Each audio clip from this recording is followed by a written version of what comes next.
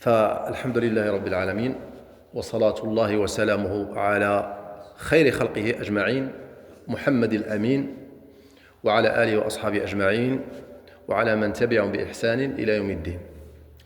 La louange, toute la louange est adressée à Allah Tabaraka wa Ta'ala. Il est le digne d'être loué et d'être remercié. Allah, c'est lui qui nous facilite de s'asseoir durant cette assise. Pourquoi? Pour apprendre notre religion, pour faire le rappel. Et Allah, il dit, rappel, certes, le rappel, il est bénéfique aux croyants. En arabe, وَذَكِّرْ فَإِنَّ الذِّكْرَ تَنْفَعُ الْمُؤْمِنِينَ. فَإِنَّ الذِّكْرَ تَنْفَعُ الْمُؤْمِنِينَ. Certes et certain, sûr et certain. Et après les salutations et les prières sur notre prophète Mohammed sallallahu alayhi wa sallam, ainsi que ses compagnons et sa famille et tous ceux qui l'ont suivi jusqu'au jour de jugement. Et d'abord, je remercie les responsables de cette mosquée, parce que celui qui ne remercie pas les gens, il ne remercie pas Allah. Donc on remercie Allah d'abord, mais on remercie les gens, les responsables de cette mosquée qui nous ont permis, qui nous ont الناس ديال هذا المسجد الامام الناس مسؤولين في المكتب جزاهم الله عنا خيرا فسeux qui سمحوا لنا باش نديروا هاد الدروس الحمد لله خير هذا c'est que du bien les responsables de la mosquée le bureau et tout ça l'imam et tout ça ils m'ont permis de faire ces cours là qui vont être inchallah chaque samedi des cours réguliers comme ça chaque samedi bi'idhnillah tabaraka wa ta'ala on a besoin de se rappeler. On a besoin d'apprendre notre religion. Les problèmes dans notre Ummah, dans notre communauté, ça vient de là. Il y a un manque grave de l'apprentissage ou bien de la compréhension de notre religion. On doit s'entraider entre nous. On doit coopérer. On doit se réunir. Parce que la crise de la Ummah, c'est quoi? C'est le jahl, l'ignorance. On vit dans l'ignorance. On ne comprend pas notre religion. C'est pour ça on trouve des failles, on trouve des lacunes, plein de choses qui ne va pas. Et c'est normal.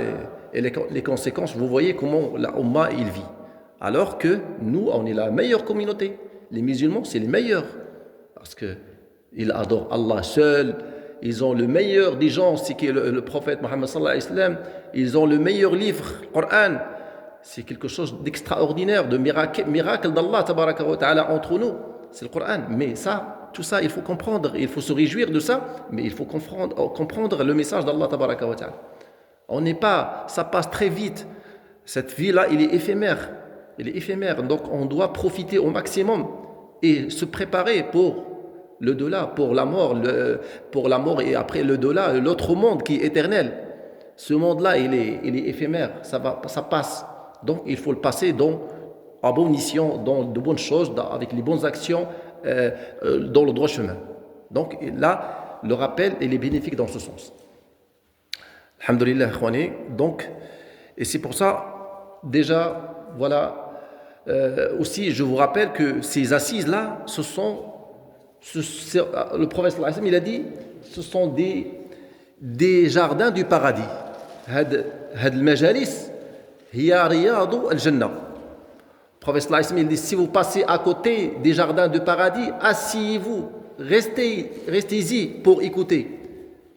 Les compagnons, ils ont dit, c'est quoi les jardins du paradis? Il a dit, c'est les hilaqu dhikr, les assises du rappel, les cercles de rappel.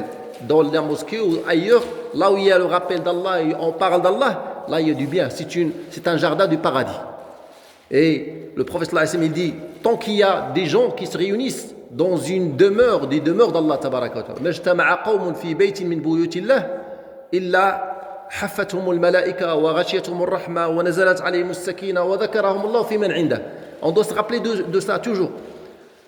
On ne doit pas dire non, moi je suis tout seul, moi on est 3 ou 4. Non, il faut dire alhamdulillah. Quand on est les 4, Allah il nous a choisis. C'est pas avec notre puissance, avec notre choix ou avec notre intelligence. Allah il nous a choisi de rester là. Après les autres, Allah il les a pas choisis. Il voulait pas qu'ils soient là. Ça c'est Allah il donne quoi qu'il veut à qui qu'il veut. Allah يعطي من يشاء لمن يشاء. هذه Khair kbir. Chouf al-fdal li fiha. Regardez le mérite dans ces assises-là. Quand beaucoup de gens, ils négligent. Alors qu'il y a beaucoup de bien dans ces assises. Les meilleurs. Ces assises-là, ils apparaissent sur terre comme des étoiles. Comme nous, on voit les étoiles dans le ciel, les gens de là-haut, les anges, tout ça, ils voient ces assises-là comme des étoiles sur terre. Et tout ce qui est à côté, c'est des ténèbres. Il n'y a pas de lumière. Là où il y a les assises, les rappels d'Allah, là, la lumière. Nour, la lumière. Comme des étoiles dans cette terre. L'insan dit alhamdulillah, on doit louer Allah et remercier Allah tabaraka wa ta'ala. Après, on va parler d'un sujet très important. Dans cette introduction, comme ça, on commence aujourd'hui, c'est normal. Inch'Allah, par la suite, avec la communication, et on propage le message. Comme ça, tous les jeunes, Inch'Allah, et qu'Allah leur permette de venir et de s'asseoir et d'apprendre. D'apprendre ce qu'il faut apprendre. Il y a plein de choses à apprendre. Apprendre l'arabe, comprendre notre religion, pour la vivre bien. Alhamdulillah. Donc, le sujet que j'ai choisi et sur lequel on va travailler pendant plusieurs assises comme ça. C'est pas un sujet comme ça abordé aujourd'hui, après ça se termine. Non, c'est comme un champ qu'on va travailler. Donc on va le faire, Inch'Allah, petit à petit. Pourquoi? Parce que c'est l'épine dorsale de la religion. La colonne vertébrale de la religion. S'il n'y a pas ça, il n'y a pas de religion. Celui qui te devance dans ce sujet, il te devance dans la religion. La religion tout entière, c'est ça. C'est quoi ce sujet? C'est le comportement. Le comportement. Il faut le considérer comme un projet de vie. Comme j'ai intitulé le titre de ce sujet, de cette assise, de ce que je vais parler. J'ai intitulé ça, j'ai donné un titre, projet de vie. Les bons comportements, les mœurs, l'éthique, le bon caractère, c'est un projet de vie. Pourquoi? Parce que c'est, comme j'ai dit, c'est le plus important dans la religion. C'est la religion. Si tu n'as pas de comportement, tu n'as pas de religion. Ça ne sert à rien de faire la prière. Alors que la prière et toutes les adorations qu'on fasse, ce sont des adorations, mais tous, ça verse, ça a une conséquence sur le bon comportement. Donc, la prière, là qu'on fasse. Normalement, il doit interdire le blâmable et la turpitude. Tout ce qui est mauvais, la prière, il t'empêche de faire ça. Mais il faut faire une prière correcte. La prière qui interdit le blâmable et la turpitude, الصلاة التي تنهى عن الفحشاء والمنكر لازم تكون صلاة صحيحة ذات الخشوع والخضوع هكذا. Donc, et toutes les autres adorations, ça mène au bon comportement. Adorer Allah seul, tawhid, l'unicité d'Allah, ça c'est le top, c'est le sommet de la religion. S'il n'y a pas de tawhid, mais tawhid c'est le plus grand comportement. Regarde, le plus grand, ahsan wa akbar khuluq wa afdal khuluq, huwa tawhid Allah tabaraka wa ta'ala. Ta'bud Allah wahid, ahad. Parce que quand on dit la ilaha illallah, c'est-à-dire rien n'est digne d'être loué ou bien d'être adoré correctement, digne de louange et digne d'adoration, c'est Allah. Ce n'est qu'Allah. Donc, lorsque tu arrives à concrétiser le tawhid, l'unicité d'Allah, adorer Allah seul comme il faut, ne rien lui associer, ça tu as réalisé un grand comportement, le comportement avec Allah. Parce que le comportement, le caractère, le bon caractère, c'est pas qu'avec les gens, c'est d'abord avec le Créateur, ton Créateur. Allah tabaraka wa ta'ala il dit Ya ayyuhalladhina amanu la tuqaddimu bayna yaday Allahi wa rasulih.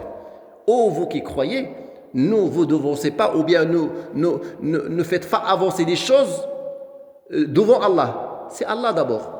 C'est-à-dire Allah d'abord, notre Créateur qui nous aime et qui nous donne de la subsistance et qui nous a honorés. Donc il est digne qu'on doit nous, en contrepartie, on doit l'adorer correctement, unique, tout seul. Ça c'est le plus grand comportement. Après ça vient le comportement avec le messager d'Allah sallallahu alayhi wa sallam, le meilleur, notre bien-aimé. الخلق الثاني اللي خاصو يكون فينا خلق اللي كريم والاخلاق الرفيعه les bons comportements, c'est comment être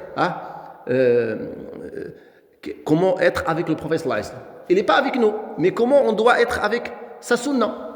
comment on doit l'écouter. Qu'est-ce qu'il a dit? Il y a plein de hadiths. Le prophète sallallahu alayhi wa sallam nous a laissé. Il nous a laissé sa biographie. Nous, on doit apprendre sa biographie, comment il vivait. Et lui, il a le bon comportement. Sinon, on se comporte bien avec lui. Donc, c'est-à-dire, il faut le suivre, il faut le prendre comme exemple. Lui, il avait un bon comportement. Allah tabaraka wa ta'ala, il lui donne des éloges dans Surat Al-Qalam, la plume. Il lui dit wa innaka la'ala khuluqin 'azim. Nun wal qalami wa ma tasturun ma anta bi ni'mati rabbika bi majnun wa innaka la'ala khuluqin 'azim. Allah tabaraka wa ta'ala, il dit Nun comme ça. Personne ne sait qu'est-ce que ça veut dire Nun. Ça reste comme ça. Même les savants, ils n'arrivaient pas à savoir qu'est-ce que Allah il veut dire par Nun, Qaf, les lettres là par lesquelles quelques sourates ils commencent. Alif, Lam, Mim, qu'est-ce que ça veut dire? Ça reste, la signification de ça reste à Allah. C'est lui qui connaît qu'est-ce que ça veut dire. Pourquoi il a commencé par ces lettres-là, alphabet. Donc Allah, il jure par ça, il jure par la plume. La plume, c'est un moyen pour apprendre. Le qalam, wa ma yasturun, est-ce qu'il écrive, est-ce qu'il scripte, tout ça.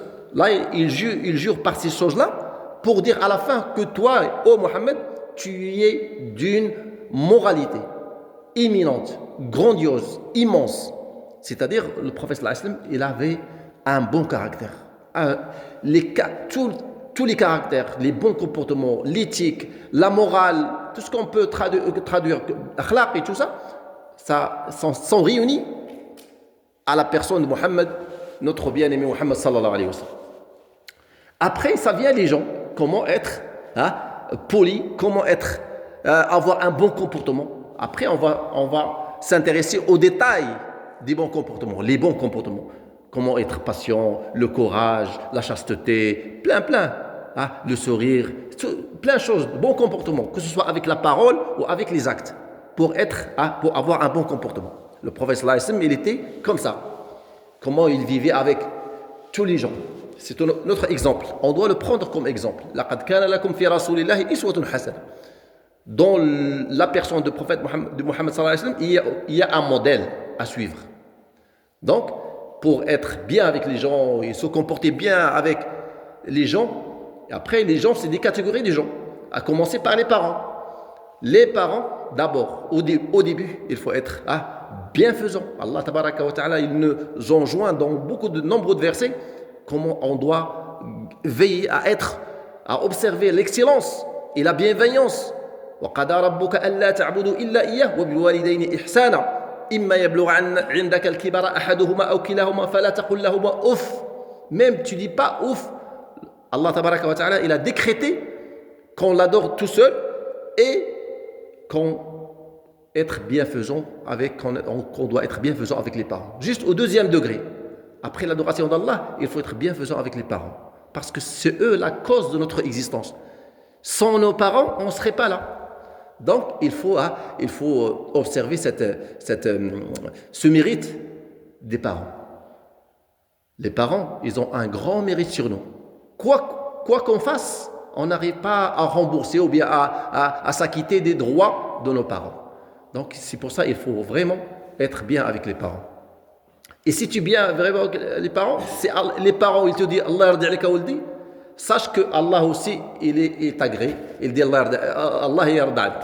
Si tu es bien avec les parents, sache que Allah aussi, il est satisfait de toi. Si les parents ils sont satisfaits de toi, Allah il est satisfait, automatiquement il est satisfait de toi. Donc comme on dit, rida al-walidain, rida Allah fi rida al-walidain. إذا كانوا الوالدين راضين عليك عرف بأن الله توا راضي عليك. الله يسمح لنا من الوالدين. والله يرحم والدينا اللي توفوا. وبر الوالدين, la bienfaisance avec les parents, c'est pas lorsqu'ils sont vivants, même lorsqu'ils sont morts, on reste bienfaisant avec eux. On leur fait des sadaqas, on demande à Allah toujours le pardon et la miséricorde. Ça c'est de la bienfaisance, même après leur mort. ولو بعد موتهم كيتواصل الإحسان والبر بالوالدين. حنا اللي متوفين الوالدين ديالنا اللي متوفين حنا الناس اللي كبرنا وتوفى الوالدين ديالنا راه مازال البر متواصل نقولوا لهم الله يرحمكم دائما خاص الانسان ما ينساهمش في السجود اون دوا با لي زوبليي دون السجود اللهم ارحمهما كما ربيني صغير وقل الله يقول وقل ربي ارحمهما كما ربيني صغير Et offrir aussi, si on peut, des sadaqas de temps en temps. Sadaqa, ça, il a un effet efficace. Sadaqa tasilu wa tunawwir qabrahuma. Sadaqa ta'malu al-afa'il. Le fait de donner une aumône pour les parents qui sont morts, décédés, c'est efficace. C'est efficace. Ne serait-ce que par quelque chose, mais l'intention qui compte. Il ne faut pas donner une grande sadaqa pour que, juste avec l'intention, et tu donnes une sadaqa et tu fais ça à l'intention que ça va à tes parents dans leur temps, ils seront contents et réjouis. Donc le comportement, mes frères, c'est très important. J'ai dit avec les gens, et à commencer par les parents. Après, avec tous les gens, avec les proches, avec les gens en commun. Il faut être exemple. Même avec les ennemis, même avec les animaux. Il faut le musulman, c'est comme ça. Le musulman, il doit avoir un bon comportement. Et toujours en revenant au prophète, sallallahu alayhi wa sallam, notre modèle, comment il vivait avec les ennemis, les non-musulmans, comment il était humble et poli. Il ne renverse pas, ou bien il renvoie pas la balle, ou bien le mal par le mal. Les ennemis lui faisaient du mal, et lui, il renvoie que du bien. Il était tellement excellent, sallallahu alayhi wa sallam. Nous, on doit être comme ça. Et comment il était avec les animaux. Il y a plein d'histoires avec les animaux. Comment il se comportait avec les animaux. Donc, les chats, les chiens, les loups, les vaches et tout ça. Comment on se comporte avec eux? Parce qu'on va être jugé. Donc, le musulman, il est comme ça. Il a un bon caractère. C'est ça sa religion. C'est ça un musulman. Et malheureusement, on a perdu ces caractères nobles de l'islam. C'est pour ça, les autres, ils ne nous font pas confiance. Ils disent, ça c'est un musulman, ça. C'est un faux musulman. Combien vous avez entendu, c'est un faux musulman celui-là? Parce qu'ils voient comment on se comporte nous. Même les non-musulmans, ils ne se comportent pas comme ça, des fois. Et toi, un musulman, tu te comportes. Tu trouves les musulmans qui volent. Un musulman, il ne vole pas. Qui ment, qui triche. C'est grave. Il a une foi, il a la religion, la super des religions, la religion qui a accepté l'islam, et tu trouves c'est des contradictions en fait. Donc on doit corriger ça. On doit corriger ça, se rattraper, faire un repentir et se réveiller. Pour que les gens et les autres, ils nous voient comment on se comporte, parce qu'on ne va pas les attirer à notre religion par notre prière. Si tu fais la prière toute la nuit, tu jeûnes comme tu veux, c'est pas ça qui va attirer les autres à notre religion, qui va faire aimer les autres à notre religion, ou bien faire aimer notre religion aux autres. C'est quoi? C'est le comportement qui va faire. Comment tu te comportes avec eux? Nous, on vit entre les non-musulmans. C'est ça notre destin. Mais on doit donner l'exemple. On est les ambassadeurs. À chaque fois, on répète ça. Depuis longtemps, on répète ça. Nous, on est les ambassadeurs de l'islam. Donc, il faut donner le bon exemple avec les musulmans, dans les relations. Toujours, on revient au bon comportement. Et comme j'ai dit, c'est le bon comportement, c'est la religion. Si tu as un mauvais comportement, ils vont te dire, c'est quoi ça? C'est un mauvais musulman, c'est un faux musulman. C'est quoi ça? Et tu te fais éloigner les gens de ta religion, grâce au comportement. C'est pour ça qu'il faut travailler. C'est un champ de travail. Comment, à tout prix, acquérir les bonnes mœurs, ou la bonne éthique, la bonne moralité.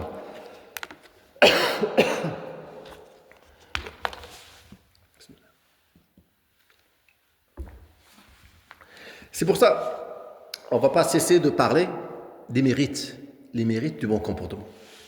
Il y a plein de mérites, très vastes. Mais on doit lire ou bien apprendre les mérites. الفضل ديال حسن الخلق. فضل حسن الخلق كبير. فضل كبير, beaucoup de grands mérites.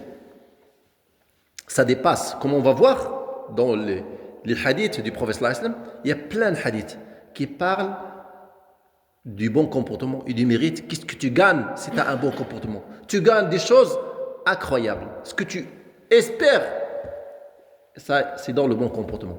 Et sans que ça soit difficile pour toi, lorsqu'on on va étudier le hadith, celui qui a un bon comportement, il atteint le niveau ou bien la récompense de celui qui, écoutez bien, écoutez avec les oreilles de vos cœurs, il faut méditer le hadith. Celui qui a un bon comportement, inna al-mar'a la yablughu bi husni khuluqihi darajat as-sa'im al-qa'im. Ça veut dire quoi?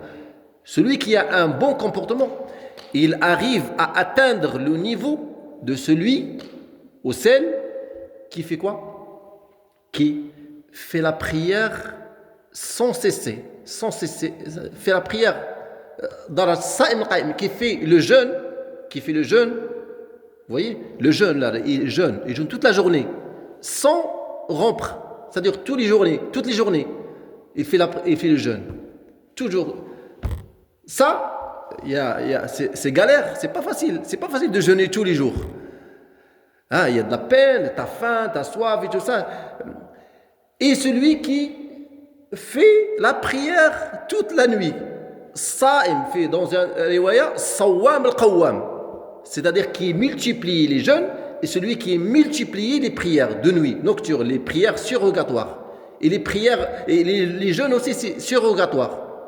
On ne parle pas de Ramadan, les jeûnes qui sont obligatoires. Ça, celui qui fait beaucoup de jeûnes et qui fait beaucoup la prière de nuit, qui veille la nuit, tout ça, c'est du travail, c'est vraiment du corvée, quoi. Et celui-là, si tu as un bon comportement, tu arrives à avoir la même récompense, même plus, si tu as un bon comportement. Si tu es bien souriant, aimable, tu ne dis pas des propos qui sont obscènes, tu parles bien avec les gens, tu es bien avec tes parents, tu es bien avec Allah et tout ça. Là, tu es excellent, tu es au top. Et ça, c'est facile. Mais facile pour celui qu'Allah lui facilite. هذا سهل على من يسره الله عليه. فنسأل الله سبحانه وتعالى يسر لنا هذا الأمر هذا. ونكونوا من الأحاسن اللي عندنا حسن الخلق. On demande à Allah, toujours on recourt à Allah. Il ne faut pas oublier Allah. Nous, on dit إياك نعبد وإياك نستعين. Toujours on le lit dans Sourate Al-Fatiha. C'est-à-dire, oh Allah, c'est toi seul que nous adorons et c'est toi seul dont nous implorons secours. C'est-à-dire, on ne peut pas avoir un bon comportement si on ne s'appuie pas et on ne demande pas de l'aide et de l'assistance auprès d'Allah. C'est très important. Il ne faut pas dire, allez, je vais faire un effort pour avoir un bon comportement et tu oublies Allah. Tu oublies de demander à Allah qui te donne le bon comportement, qui t'assiste. Ça, c'est faux. Il faut toujours recourir à Allah tabaraka. Après tu fais les efforts, après tu fais les causes. Sta'in billah d'abord, demande de l'appui d'Allah tabaraka wa ta'ala, après tu fais des efforts parce que ça vient pas comme ça. Innama al-ilmu bit-ta'allumi wa innama al-hilmu bit-tahallumi wa innama as-sabru bit-tasabburi. Ça c'est un hadith du prophète sallallahu alayhi wa sallam. C'est-à-dire la science, l'apprentissage, le savoir, ça s'acquiert pas comme ça. Non, ça s'acquiert en s'efforçant. Tout à force de faire des efforts, d'apprendre, tu vas devenir savant, tu vas devenir un bon apprenti. Et à force d'être indulgent, tu t'efforces, le mujahada, à force d'être indulgent, le hilm c'est l'indulgence, tu vas devenir indulgent. Mais il faut faire un effort, les causes, tu dois t'efforcer, tu dois te battre. Ça ne vient pas comme ça, tout en demandant, comme j'ai dit, l'assistance d'Allah tabaraka wa ta'ala. Et à force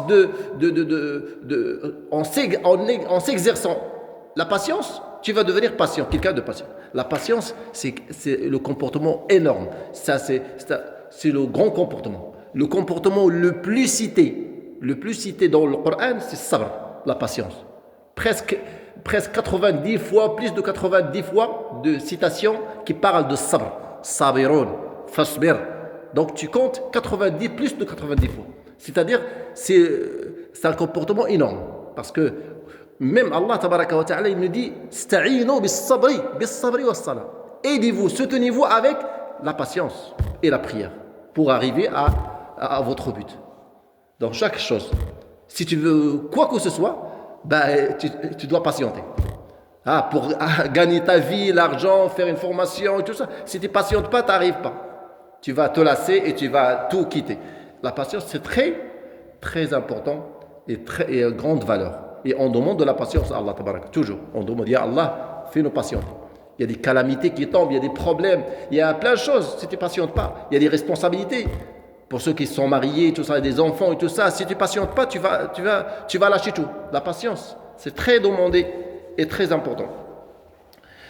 Enfin, on va parler un petit peu des mérites, parce que, comme j'ai dit, le mérite, lorsque tu parles, nous, on est tamma'in, nous, on est gourmand. On doit, lorsqu'on voit la récompense qu'on gagne, quand on va commencer à travailler. Donc, c'est pour ça qu'on va parler des mérites. Qu'est-ce que tu gagnes en ayant un bon comportement? Comme ça, tu vas faire des efforts pour avoir un bon comportement. Enfin, d'abord, il y a plein de mérites.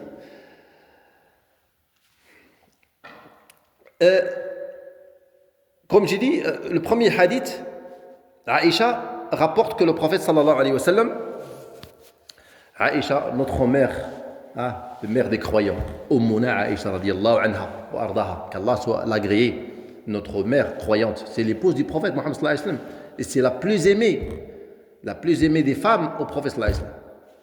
Parmi les femmes, la plus aimée, la plus proche du prophète sallallahu alayhi wa sallam, c'est Aïcha radiyallahu anha. Et le plus aimé auprès du prophète sallallahu alayhi wa sallam, ce qui aime le plus, c'est son père, le père de Aïcha. C'est qui? C'est qui dit? Le père de Aïcha, c'est qui? Radiyallahu anha. Le père de Aïcha, l'épouse du prophète. T'as vu, hein? Abu Bakr. Il faut avoir ça. Abu Bakr Siddiq. Vous entendez Abu Bakr Siddiq? C'est l'ami intime du prophète sallallahu alayhi wa sallam. Même Allah tabaraka wa ta'ala, il dit ou bien le prophète sallallahu alayhi wa sallam, il a dit dans un hadith que il est l'ami intime Khalilur Rahman, Khalilullah. C'est-à-dire, il a dit, si j'aurais dû prendre un ami intime, je prends Abu Bakr. Mais moi, je suis l'ami d'Allah, l'ami intime d'Allah. Mais son ami le plus proche, c'est Abu Bakr. Il lui a donné sa fille, Aïcha, et il l'aime le plus des hommes. Ça ne veut pas dire qu'il n'aime pas les autres. Non, il aime les autres. Mais il sallallahu alayhi wa sallam, il aime le plus Abu Bakr Siddiq radiyallahu anhu. Parce que c'était un homme. Abu Bakr, il avait une foi extraordinaire, parce que c'était le premier à croire au prophète sallallahu alayhi wa sallam. Il l'a soutenu. Et grâce à lui, il y a beaucoup qui sont venus se convertir en islam. Au début du début. Donc, Aïcha rapporte que le prophète sallallahu alayhi wa sallam, ça c'est un hadith que je vais lire sur le mérite de la patience. Il a dit quoi? On a cité ce hadith tout à l'heure, mais là, on va le lire correctement. Il a dit, sallallahu alayhi wa sallam, le croyant atteint par son bon comportement le degré de celui qui jeûne sans jamais rompre et passe toutes ses nuits en prière sans jamais s'arrêter. Vous voyez, je répète le hadith. Le croyant atteint par son bon comportement le degré de celui qui jeûne sans jamais rompre et passe toutes ses nuits en prière sans jamais s'arrêter. Ça, c'est la traduction du hadith en arabe qui dit « Inna al-mar'a la yablughu bi husni khuluqihi darajat as-sa'im al-qa'im » wa fi riwaya as-sawwam al-qawwam. Kathir as-sawm. Ça, c'est un hadith qui est authentifié par Cheikh Al-Albani pour dire c'est quoi ce hadith? C'est un hadith qui est hadith sahih, authentifié par Cheikh Al-Albani. Cheikh Al-Albani, c'était un homme qui corrige les hadiths, qui travaille dans l'industrie de l'hadith, comme ça c'est un faux hadith ou bien c'est un vrai hadith, c'est sahih, tout ça. Donc c'était sa spécialité. Donc il a authentifié ce hadith et c'était rapporté par Abu Daoud dans ses sunan. Parce qu'il y a beaucoup de livres de l'hadith qui parlent de l'hadith, qui traitent le hadith du prophète sallallahu alayhi wa sallam. Parmi ces livres-là, Sunan Abu Daoud, si vous entendez Sunan Abu Daoud, il y a les Bukhari, il y a Muslim, il y a Tirmidhi, il y a beaucoup de hadiths, il y a presque 9 ou 10 livres, des récits, des grands encyclopédies qui englobent les hadiths sahih du prophète sallallahu alayhi wa sallam. Et parmi ça, il s'appelle Sunan Abu Daoud. Donc, on doit méditer ce hadith. On doit le méditer. C'est pas que ça passe, ça rentre par là et ça sort par là. Non, on doit s'arrêter. Comment le croyant atteint par son bon comportement le degré de celui qui jeûne sans cesser, sans jamais rompre, et celui qui passe toutes ses nuits en prière. Donc, vous imaginez? J'ai parlé de ça en détail, c'est-à-dire que c'est pas facile, mais tu peux, avec ton comportement, atteindre ce niveau-là. Un autre hadith qui va nous booster et nous donner du courage et nous renforcer, donner l'audace pour travailler notre comportement. Un hadith qui, le prophète sallallahu alayhi wa sallam, il dit quoi? Il dit, j'ai été le prophète sallallahu alayhi wa sallam, il parle de lui. Il dit, j'ai été innama bu'ithu li utammima makarim al-akhlaq en arabe. Ça veut dire quoi? Le prophète sallallahu alayhi wa sallam, il a résumé son envoi. Pourquoi il est suscité? Il a dit, j'ai été envoyé. Pourquoi? C'est comme on dit, c'est sa mission. Pour parfaire les nobles caractères. J'ai été envoyé pour parfaire les nobles caractères. T'imagines? C'est comme il était envoyé juste pour ça, pour parfaire les nobles caractères. C'est-à-dire les caractères, ça existe. Les premiers Arabes, l'Arab al-awwalin, كان فيهم الأخلاق. كان فيهم الشيم والكرم والشجاعة وكان فيهم الغيرة. Ils avaient la jalousie, la générosité, tout ça. Et le prophète sallallahu alayhi wa sallam, il est venu pour compléter, pour parfaire, pour parachever ces comportements. Vous voyez? Donc, c'est parmi les buts ou bien de ces missions. Sallallahu alayhi wa sallam. Et ça, c'est un hadith qui est déclaré authentique aussi par Cheikh Al-Albani fait As-Silsila As-Sahih dans un livre qui s'appelle As-Silsila, la série, une série, Silsila en arabe, ça veut dire en français série, c'est-à-dire série qui est correcte, qui est authentique. Ça a été rédigé par ce grand savant Al-Albani, rahmatullahi alayhi. Et le hadith, bien sûr, il est rapporté par Al-Bukhari. Bukhari, c'est le plus grand qui a réuni les hadiths du prophète. On entend parler par Sahih al-Bukhari, l'authentique du Bukhari. Mais là, ce hadith-là, c'est dans un autre livre. C'est pas dans Sahih al-Bukhari, mais c'est dans l'Adab al-Mufrad de Bukhari aussi. Le Bukhari, il a fait un autre livre dans le hadith qui s'appelle Al-Adab al-Mufrad. Ça, c'est juste pour, regarde, de temps en temps, on apprend. C'est ça le bénéfice de ces assises. Hein? On ne doit pas. Et tant qu'on apprend, on est bien. Man salaka tariqan yaltamisu bihi al-ilm, sahhala Allahu bi tariqan ila al-jannah. Celui qui s'assoit comme ça dans une assise, qui prend un chemin pour apprendre sa religion, Allah il lui facilite le chemin au paradis. C'est-à-dire, l'ilm, l'apprentissage, le savoir, c'est le chemin du paradis direct.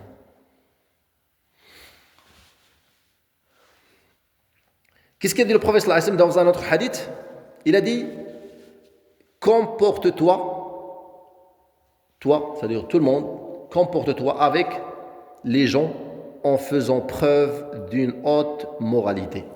Wa khaliqin nasa bi khuluqin hasan. Ça c'est un morceau d'un grand hadith qui commence par ittaqillaha haythuma kunt wa atbi'is sayyi'ata al-hasanata tamhuha ou atbi'il hasanata as-sayyi'ata tamhuha wa khaliqin nasa bi khuluqin hasan. ما قالش خالقي المسلمين المؤمنين لا قال خالق الناس بخلق حسن.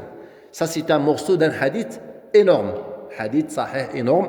Il dit quoi le prophète sallallahu alayhi wa sallam? Il a dit crains Allah là où tu es. C'est pas tu crains Allah quand tu es à la mosquée ou avec les gens. Non, là où tu es, tout seul, à la maison, dans le travail, dans l'école, dans le lycée, dans l'université, dans le collège, là où tu es, tu dois observer et être pieux. Crains Allah, que Allah il est avec toi. Il est avec toi, il est avec tout le monde. Donc c'est pas et là ittaqillah haythuma kunt wa atbi'il hasanata as-sayyi'a, et fais suivre une mauvaise action. Si tu fais une mauvaise action, fais-la suivre directement par une bonne, comme ça il va l'effacer. Après il a dit et comporte-toi avec les gens avec une bonne moralité, en faisant preuve d'une haute moralité.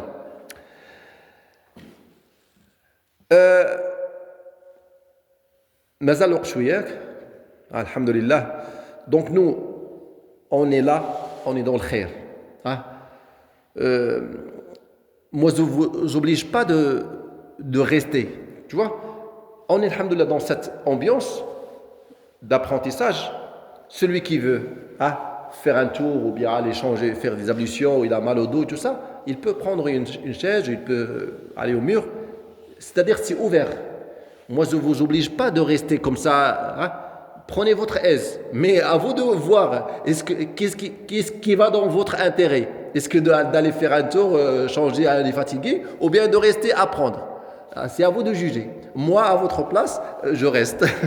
Je reste pour apprendre parce que je sais la valeur de la science, la valeur de l'apprentissage, la valeur, les mérites qu'on a là. Nous, on se sent pas, on se rend pas compte. Mais les anges là maintenant, ils sont avec nous là. Ils sont avec nous. Si tu quittes cette assise, tu vas pas être avec les anges. Les anges, ils sont là avec nous.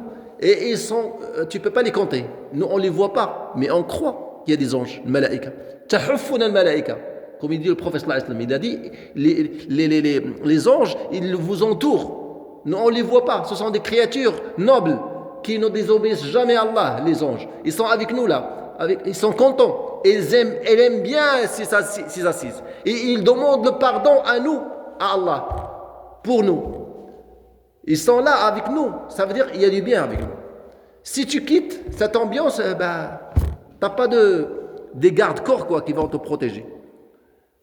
Voilà, parce que les anges, ils sont contents dans les assises où on parle d'Allah tabaraka wa ta'ala. Il y a des anges qui nous protègent, qui nous demandent, qui nous aiment.